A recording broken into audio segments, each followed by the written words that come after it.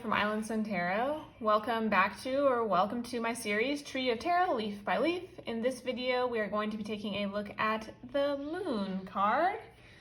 As with my other videos in this series, I have 8 lovely examples. We have the Hansen Roberts, the DruidCraft Tarot, Fairy Tarot, Starchild,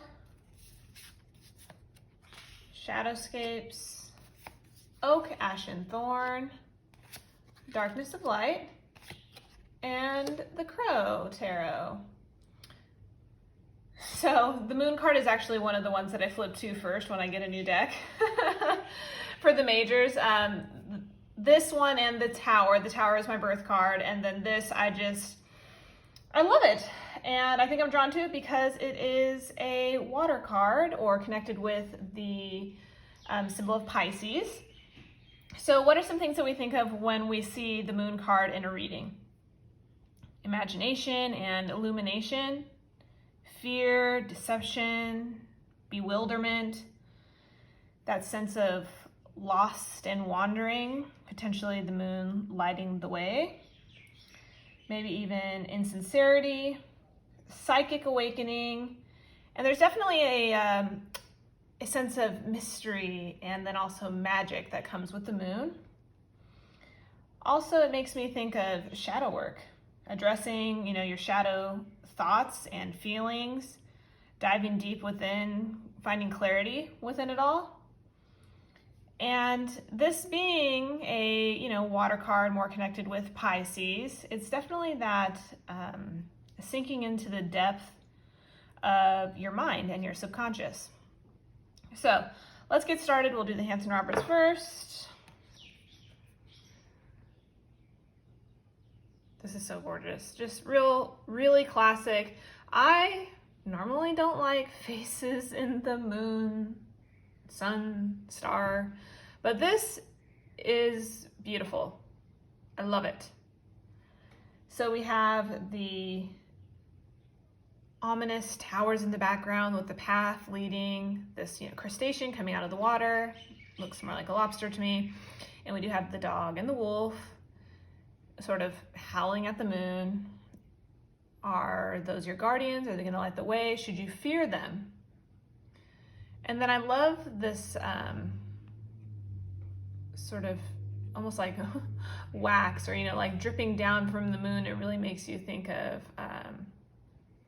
the High Priestess and that thought of the subconscious mind coming to earth, diving into that feeling. And I just love the purple of this card. I think it's so beautiful. The coloration is gorgeous.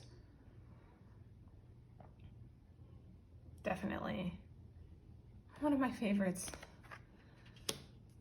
Then we have the DruidCraft. Stunning. Again, this one has a waxing crescent moon. We do have the stone gateway there. And the guidebook indicates that we are on the other side of the stone gateway where the High Priestess was standing. And is this the side of fear and rebirth? To get to her level of awareness of her own thoughts and subconscious mind. And then we have the wolf and dog as guardians of the other world where this path is leading. And same feeling with the other. This is very classic. Do we need to fear them, or are they going to guide us? This one really gives me the guide feeling. And I think they're really beautiful.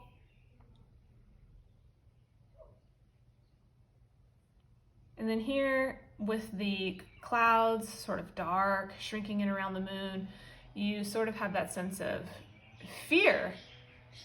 But fear can be a powerful thing to learn from and a powerful ally. I'm going to harness that fear, use that fear.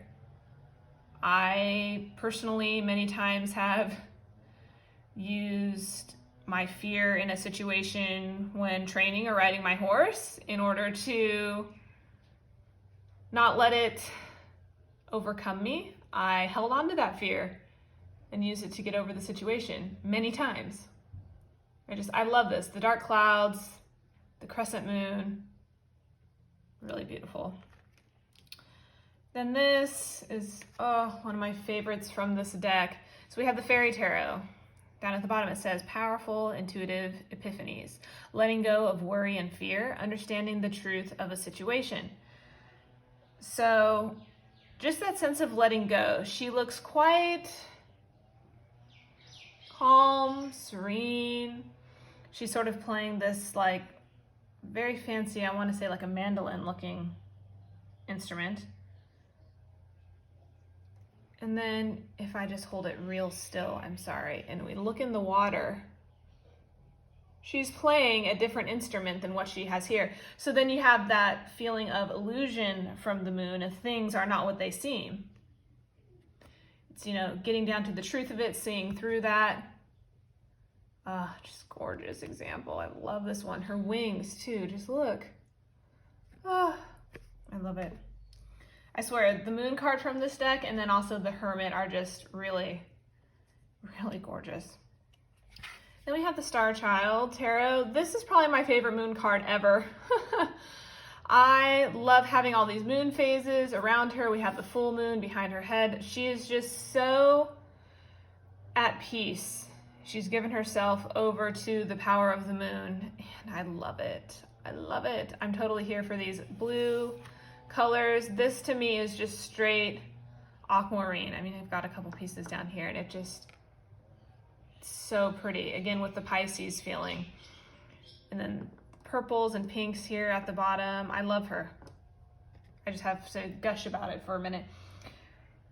So she really looks like she's gotten down to the root of her feelings. Everything, she has bared everything forward. She's not hiding any fear. There's no emotions hidden. Everything is brought to the moon, right? Oh, I just love that. And she just looks so in tune with every phase, right? As it surrounds her like that. Any secrets that she maybe once had, she no longer has. She is completely in rhythm with the moon in its phases. It's just beautiful. So I think this card really takes away some of that fear. I feel like this card is the next step of harnessing that fear and working with it and getting to this powerful state of harnessing that rhythm. No secrets. Then we have the Shadowscapes. This is really gorgeous. I will try and hold it super close without shaky. So she is the Mushroom Fae Queen. We have the crescent moon at the top. So the moon is very small.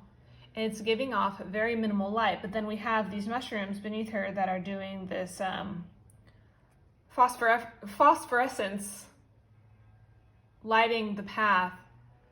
Oh, it's really gorgeous. This one really gives me the sense of like, you know, a doorway to a hidden world and the unknown there. But it's so mystical and so magical that you don't care. You just want to follow that soft glowing light and you want to see where it takes you. So there's some of that mystery there. And, you know, the moon card really can make you a little uncomfortable. And this card is that, you know, illusion of comfort with that soft glowing light while, you know, following it to something that may be uncomfortable, but is that uncomfortable realm something that you need to conquer and embrace to grow? Then we have the Oak, Ash, and Thorn. I love this.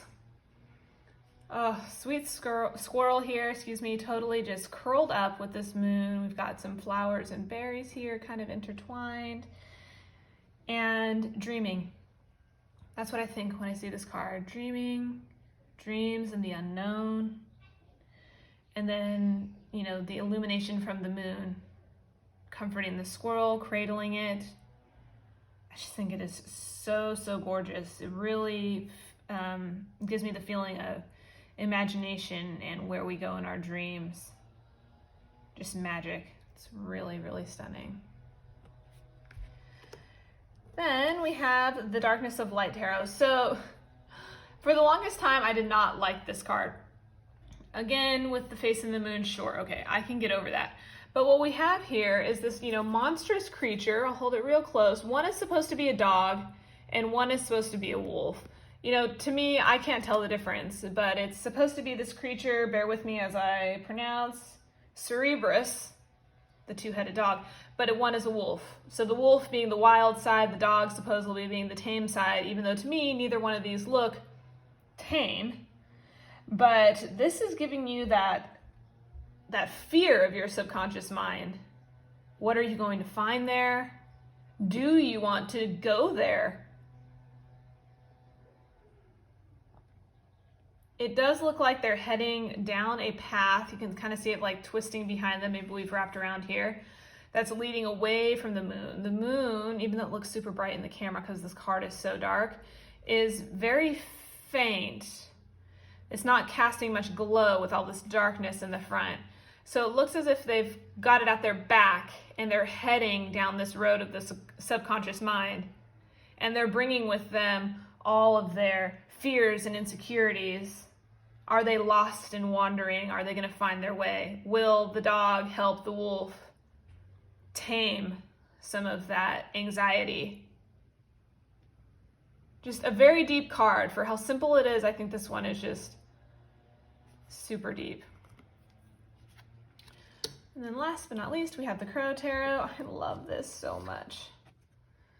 So I love this, the crow and the moon. This really gives me the feeling of dreams and nightmares because we have this crow here sitting on the tree, and then we have another caged here hanging in this other tree. So it's this crow's dreams and then nightmares. The nightmare could be being caged. We have a nice little pond down at the bottom with the fish. Pond, to me, water, that's indicating subconscious mind. And this crow is just pondering both aspects. That cage, that's the tame, like how we just said tame in the wolf, wild, or excuse me, tame in the dog and wild in the wolf. Here we have a crow in a cage. That crow is not tame. It's still a wild animal. So there's its wild side embodied in this cage. And I love that. And this crow is soaking this all in and really just recognizing and accepting all parts. Oh, I love it so much. I'll take this crow and the moon over facing the moon any day. Well, there you have it. 8 lovely examples of the moon card. Please leave in the comments below your favorite moon cards, what decks they're from, maybe why it's your favorite. I love looking those up. And thank you so much for watching. I'll see you guys in the next one. Bye.